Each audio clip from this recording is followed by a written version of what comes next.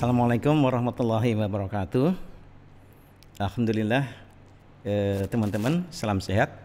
Selamat ketemu di media ini, LMS, untuk kegiatan kita di minggu ini. Baik, untuk menyingkat waktu, barangkali ada yang lupa ya. Saya diberi amanat untuk menyampaikan pendidikan Pancasila dan kewarganegaraan.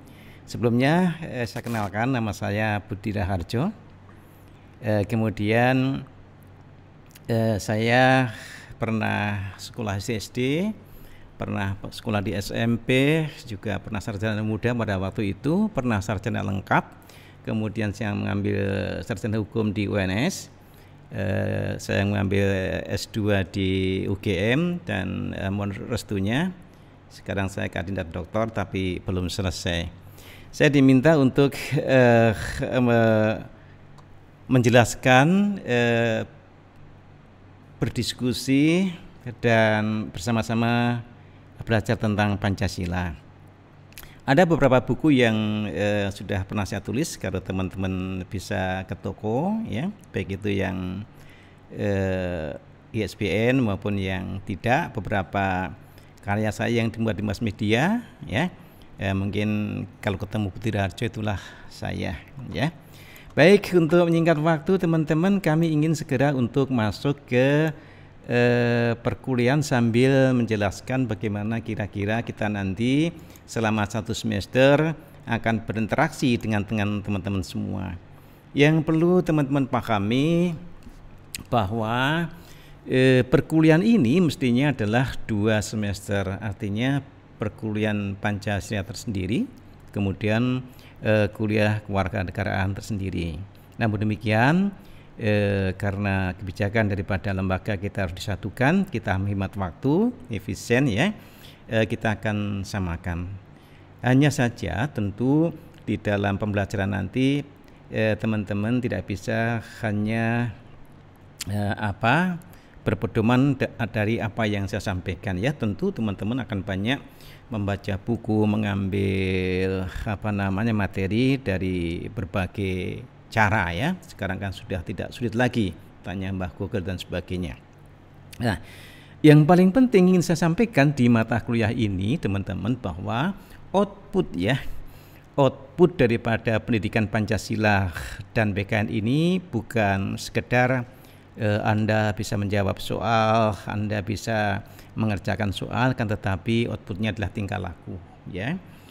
Outputnya adalah bagaimana ke depan Anda bisa menyerap perkuliahan ini untuk hari depan Anda bermasyarakat, berbangsa dan bernegara.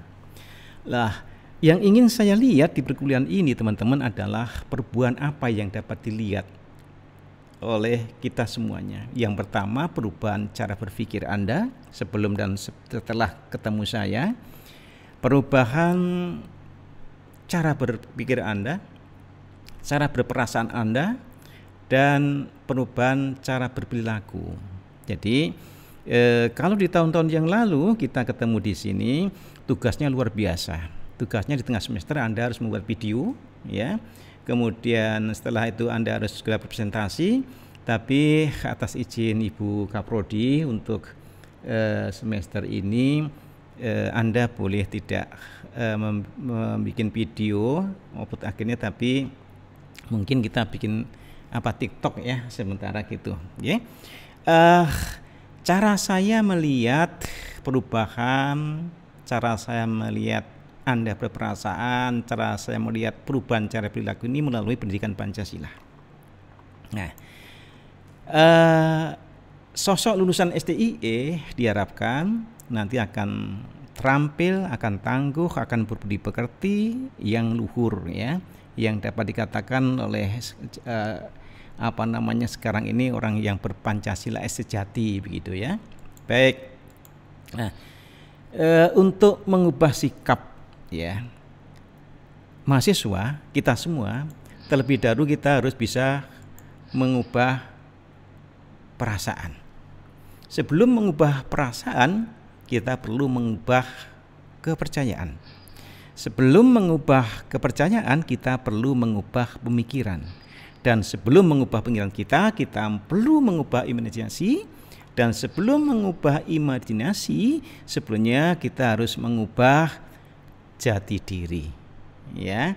Kemudian yang terakhir, sebelum kita mengubah jati diri, kita harus mengenal potensi diri kita. Nah, potensi diri kita ini akan kita peroleh selama 1 semester. Jadi jangan kaget teman-teman nanti sudah bisa merasa mengerjakan baik, sudah merasa masuk terus kok nilai saya kok tidak sebagus yang diharapkan. Tetapi di sisi lain, saya masuknya tidak full, tetapi saya bisa menunjukkan sikap saya, perilaku saya di dalam belajar seperti apa, kok nilai saya bagus ya. Itu bisa terjadi. Oke. Di kuliah yang pertama ini ada 2 bagian. Tapi aku yakin bahwa ini tidak akan bisa terselesaikan di hari ini. Maka di bagian 1 ini kita akan terlebih dahulu alasan rasional kenapa kita mengikuti pendidikan Pancasila. Ya, ada visi, ada misi Pancasila. Visi itu apa? Misi itu apa? Bagi teman-teman yang sudah kuliah dengan online dengan saya mungkin sudah jelas sekali bagaimana yang dinamakan visi, bagaimana yang dinamakan misi. Nah, hanya saja secara garis besar visi di sini saya tidak akan berikan contoh panjang lebar. Visi daripada pendidikan Pancasila yang kita inginkan nanti adalah sumber nilai, sumber pedoman dan pengembangan kepribadian daripada mahasiswa. Caranya apa? Caranya diperoleh melalui visi misi, ya. Diperoleh melalui misi-misi. Misi yang pertama adalah mewujudkan nilai dasar, menumbuhkan kesadaran, menumbuhkan sikap dan perilaku, menumbuhkan tanggung jawab, ilmu pengetahuan dan seni, teknologi dan seni, dan semuanya ini harus bersendikan Pancasila. Sehingga itu akan diperoleh output. Outputnya apa? Outputnya yang kita harapkan adalah yang pertama bahwa Pancasila sebagai keyakinan dan pegangan hidup bermasyarakat, berbangsa dan negara. Ketika Anda setelah keluar dan sebelum keluar bahkan sekarang mungkin sudah merasakan bahwa dan sudah meyakini bahwa Pancasila itu ada di dada Anda, ada di benak Anda. Namun yang tidak mudah teman-teman untuk bisa mencapai output ini ada prasyaratnya. Prasyaratnya apa? Prasyaratnya adalah Pancasila dirasakan sebagai sesuatu yang paling sesuai dengan kehidupan keseharian Anda. Ketika Anda bermasyarakat dengan masyarakat sekelilingnya bagus, ketika Anda berperilaku bagus, ketika Anda tidak melanggar aturan-aturan baku, ketika Anda bisa bersosialisasi dengan masyarakat dengan baik, ya, ini insyaallah output ini akan bisa kita peroleh. Nah, baik, sekarang kompetensi dari pendidikan Pancasila ini nanti adalah sebagai berikut.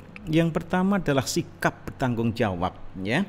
Bagaimana menjadikan kita itu punya sikap yang bertanggung jawab. Jangan sampai kita itu punya sikap yang prawiro saguh joyo indo. Tahu teman-teman?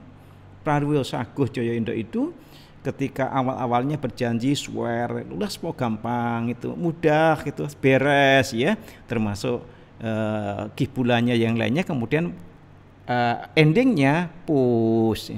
Ini berarti prawiro saguh joyo indo. Ketika harus sudah saguh, ya harus saguh begitu ya.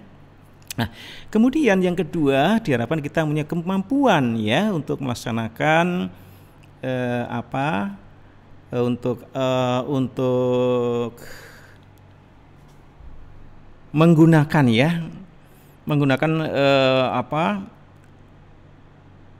kondisi yang ada itu, situasi yang ada itu untuk memaknai ya peristiwa sejarah yang lalu, juga nilai-nilai budaya bagi persatuan Indonesia. Kita manfaatkan, kita gunakan potensi yang ada di sekeliling kita dalam rangka untuk memenuhi kompetensi kita, harapan kita. Bagaimana kita bisa menciptakan persatuan dan sebagainya dengan melihat sejarah ke belakang, ya. Kemudian juga pengenalan masalah-masalah hidup kita, keseharian kita, juga kesejahteraan dan bagaimana cara pemecahannya, ya. Kemudian domainnya mahasiswa kita adalah di sini, di pengenalan atas perubahan juga perkembangan zaman, ya, bagaimana kita bisa mengembangkan pengetahuan-pengetahuan yang ada. Teman-teman disadari bahwa sekarang ini kita sudah ada pada posisi industri 4.0, semuanya serba canggih, ya, semuanya serba maju. Nah, bagaimana itu nanti bisa kita mengikutinya. Nah, sekarang landasan pendidikan Pancasila ada 4 teman-teman landasannya. Yang pertama adalah landasan filosofi, yang kedua adalah landasan histori, yang ketiga adalah landasan kultural, yang keempat, oh belum tulis Bapak, ya maaf, ini landasan yuridis mestinya ya.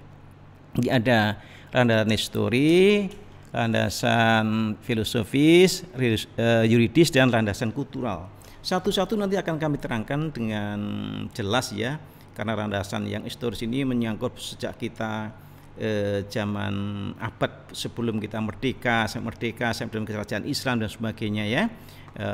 Baik, itu nanti kira-kira garis besar seperti itu. Kemudian tujuan Pancasila ya, tadi dikatakan yang seperti saya katakan tadi, adalah yang historisnya tujuannya adalah nasionalisme dan rasa kebanggaan yang kuat yang berakar pada sejarah ya, bukan kekuasaan ekonomi ideologi. Jadi begini maksudnya ketika kita sudah sepakat bahwa ideologi kita adalah Pancasila, tentu menghargai hak-hak asasi manusia, hak-hak adat dan hak sebagainya ya. Ini secara garis besar seperti ini. Ya, nilai Pancasila adalah kultural ya, kemudian landasan filosofis ya, yang tadi sudah saya sampaikan secara garis besar seperti itu, dan kemudian bagaimana kita mencermati Pancasila sebagai secara ilmiah, keilmuan seperti apa ya. Itu secara garis besarnya ada pengetahuan a priori dan ada posteriori. Yang a priori adalah pengetahuan yang terjadi secara serta-merta tanpa melalui pengalaman, sedangkan yang posteriori ini adalah pengetahuan yang terjadi berdasarkan pengalaman yang dikenal. Nah, itulah kira-kira teman-teman. Kemudian pengetahuan berdasarkan paradigma juga akan kami sampaikan nanti secara utuh ya. Kemudian apa sih ya, awalnya dari common sense knowledge kita ya, ada pengetahuan dan sebagainya. Itu kira-kira teman-teman pertemuan yang kali ini dapat kami sampaikan. Kita akan bertemu di lain kesempatan. Kemudian pada sesi-sesi berikutnya kita akan bertemu di diskusi-diskusi, dan nanti kita masih akan berunding ya. Ada kesepakatan bagi Anda. Yang jelas teman-teman, kami merasa tidak mampu untuk menyampaikan seluruh apa yang harus disampaikan karena kondisi ya, makanya karena mestinya 2 semester kita sampaikan 1 semester, makanya kita akan atur saja. Pancasila akan kami sampaikan secara formal begini, sedangkan PPKN-nya sebagian nanti Anda silakan untuk membaca buku. Ini yang mesti kita harus pegang ya. Barangkali Anda bisa mengamati dan bisa menjabarkan dari waktu yang sangat terbatas ini. Ini pertemuan kita yang pertama ya. Kemudian yang kedua nanti kita akan pertama untuk PKN-nya, ini pertama untuk Pancasilanya. Oke, teman-teman, saya rasa ketemu kita untuk hari ini baru bisa sampai di situ ya. Tapi barangkali ini bisa dibaca sendiri ya, karena kalau kita sudah akan cerita masalah etimologi, ada filsafat, histori, teknologi dan sebagainya, sangat menarik sekali.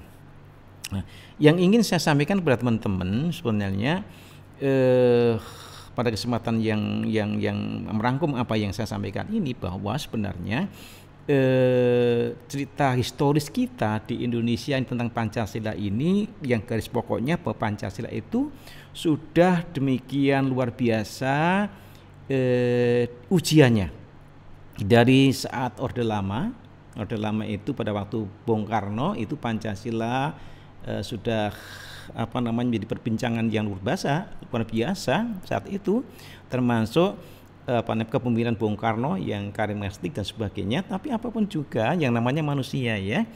Kemudian pada Pak Karno itu dijelaskan bahwa politik sebagai panglima, pada Pak Harto itu ekonomi sebagai panglima, setelah reformasi hukum sebagai panglima. Nah, inilah yang kemudian tidak bisa kita jelaskan secara singkat ya.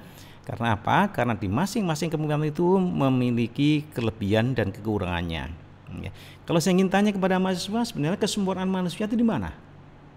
Ya, tentu jawabannya masing-masing. Ada yang di akal budi, ada yang di agama dan sebagainya. Tapi sebenarnya yang ingin saya maksudkan agar kita menilai secara objektif terhadap apa yang telah terjadi adalah bahwa kesempurnaan manusia itu ada pada ketidaksempurnaannya.